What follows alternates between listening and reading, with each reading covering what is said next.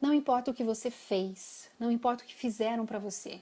O que realmente importa é o que você vai fazer com esse passado no agora, no seu presente.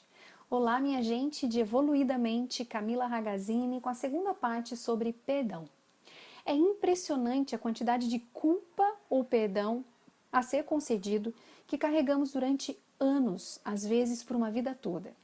Culpa por ter trabalhado demais e ter deixado os filhos em período integral na escola, culpa por ter brigado com alguém no momento de raiva, culpa porque um relacionamento não deu certo, culpa por ter traído, culpa por ter ajudado quem não merecia ajuda, culpa porque não dissemos eu te amo, culpa, culpa e mais culpa.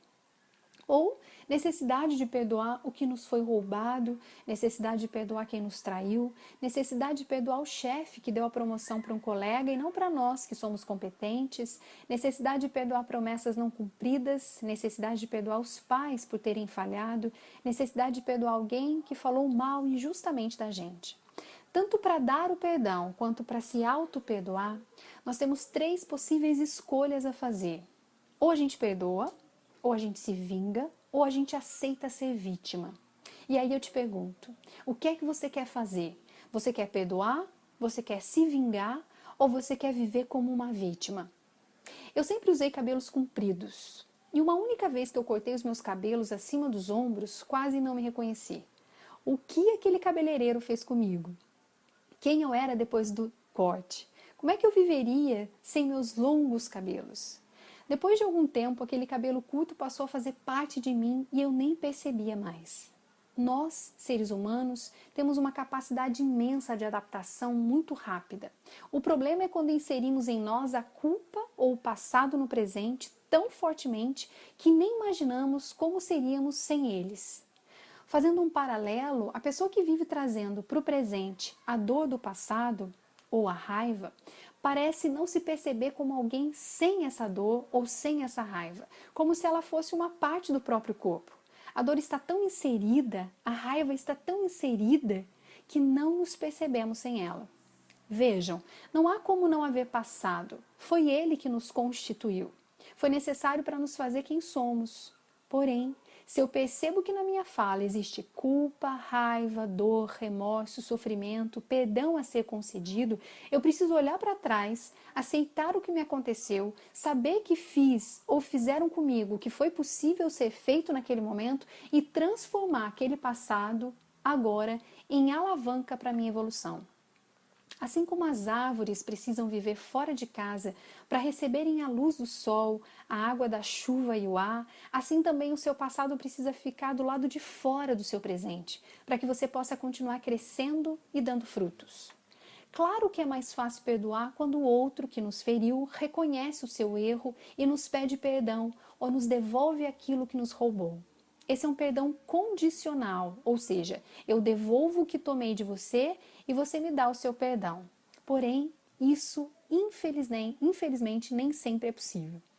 É preciso querer perdoar para que o perdão aconteça. É preciso perdoar incondicionalmente, mesmo que o outro não te peça perdão. Sem o perdão, continuamos ligados àquele que nos prejudicou. Somos prisioneiros. O outro passa a ser o dono da chave da jaula que nos colocamos. Ele detém o poder. Quando perdoamos, tomamos a chave de volta. Nos tornamos os donos dela e conseguimos nos livrar da jaula que insistia em nos manter presos.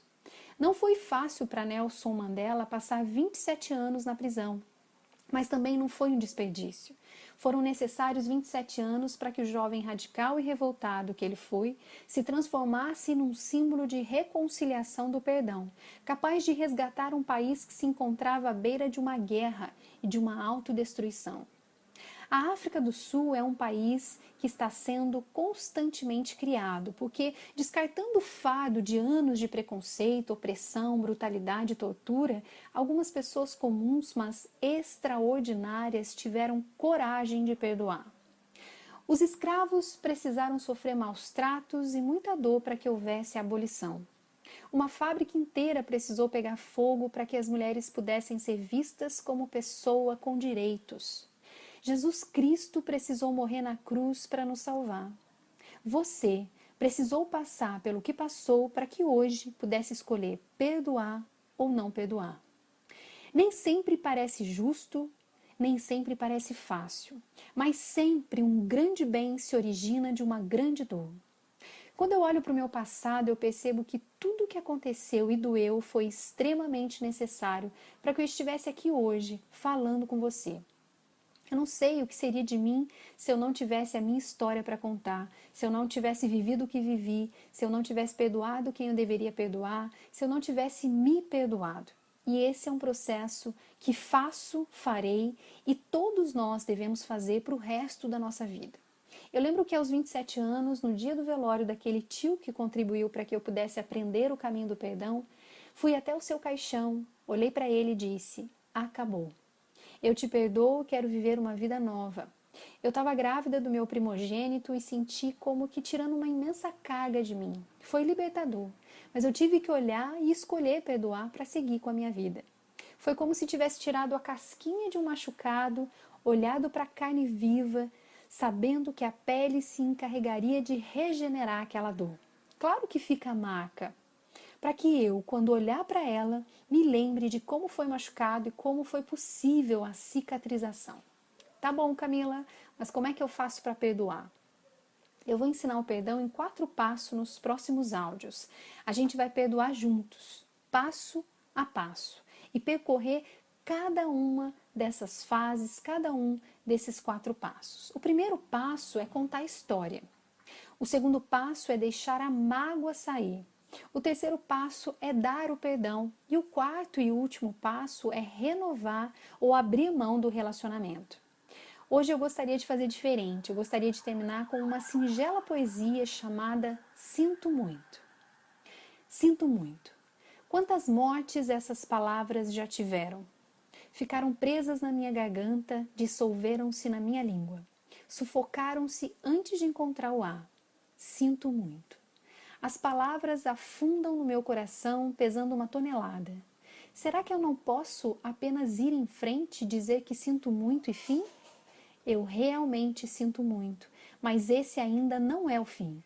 Sinto muito pela mágoa que causei, pelas dúvidas que inspirei, pela tristeza que você sentiu, pela raiva, pelo desespero, pelo sofrimento e pela dor que você suportou. Sinto muito. Não há moeda que eu possa pagar para suas lágrimas, mas posso compensá-lo. Eu sou sincero ao dizer que sinto muito. Um grande beijo, minha gente. Até o próximo conteúdo sobre perdão e vamos evoluir. Tchau, tchau.